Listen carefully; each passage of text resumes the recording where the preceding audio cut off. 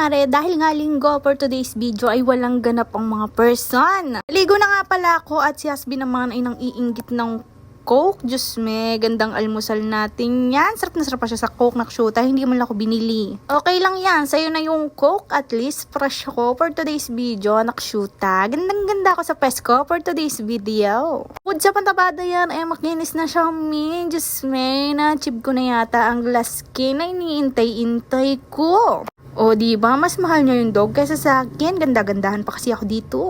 Kinagabihan nga, pagkagaling namin sa resto, eto na ang ganap. Bakit naman nandito kayong lahat? Napaka-cute naman ng mga chicken nuggets na yan.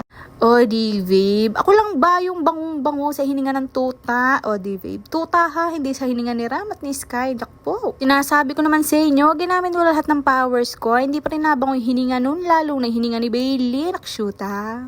O di babe, manang-mana sila kay Ram mga mi. Gusto kasi ni Ram yung nasa grills din na ganayan. Si Hasbi naman ay pinanggigigilan pa yung isa, pero nanggigigil ako dito sa dalawang to. Tatlo pala sila, Diyos me. Syempre habang naglalaro sila ay nag-skin prep muna ako. Taray, may skin prep tayo for today's video. Nag-hapbat na nga ako dyan. Syempre pinanghuli ko ang aking mukha dahil ang pinaka-importante yung part. Dapat sunod-sunod na makinis ang ating pes lalo. O di babe. Mga mi, sinasabon ko pa lang yan. Napaka-freshness ko ng tingnan. Para bang kabang ko for today's video. After ko nga maghilamos ay nakikita nyo naman nag-glow na. Na-achieve ko na yata talaga ang aking glowing skin. Pag hindi ka naman talaga nag-jewel shine, ewan ko na lang sa iyo. Syempre, naglagay na ako dyan ng toner. Sabi ko nga sa inyo, walang magpapaawat sa pagiging maganda for today's video. Bali, sa set nga palang ginagamit ko ay may kasama na siyang serum. Kaya hindi ka nabibili ng separate na serum. Diyos me. Sa serum pa lang sinasabi ko sa inyo, ang lambot sa pes. Yes, napakalambot sa face. Ay,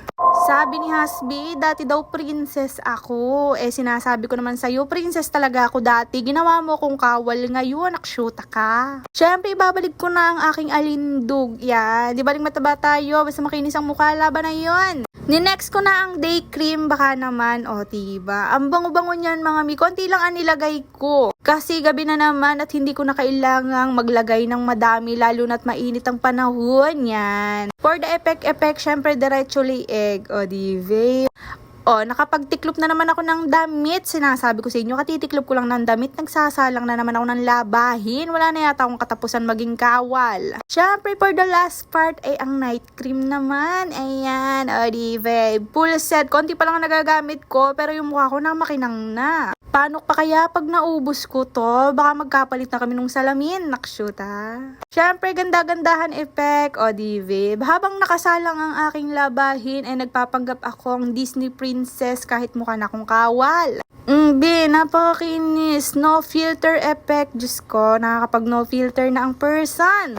Pagbalik ko naman dito, tinignan ko naman, bakit nagtutulog-tulugan ka dyan? Hindi talaga tulog yan. Pag talaga nararamdaman niyang tumutunog yung washing, natutulog yan kunyarian. O di babe. For the freshness ang mga tuta. Siyempre nandito ako kasi naka-electric pan din ako. Ako na lang ang nakikihati sa electric pan nila. Siyempre flex ko din yung marami kong Coke sa rep. Baka naman. Marami talaga akong Coke. Ayan. Coke 1.5 clear. Flavor clear, yan ay para sa mga doggies kasi wala kaming aircon. Hindi pa nakakabit yung aircon at ayoko pang ikabit, yan ang laman ng rep namin. Puro vitamins ng dog. O di babe. Bali yung tubig lang talaga namin dyan ay ang dalawang nasa Coke na maliit. Sinasabi ko naman sa inyo, hindi pa ako tapos magtiklop. Puno na naman yung labahin ko. Napakadami pang labahin, syempre hindi mawawala ang kagaguhan ko for today's video. Kita ko kasi yung buhok na Bailing binili ko noon yan. Tinanggal ko yung mataas para matira ay bangs. Diyos ko, ganda-gandahan ako. Akala ko walang nanonood. Nagulat ako, nagsalita si Hasbi, bagay daw sa akin. Sinasabi ko naman sa inyo, hindi talaga yan tulog. Basta matik na pag tumunog ang washing, bigla na yung mahihigat, may masakit na sa ulo niya na hindi naman niya naiintindihan kung anong masakit.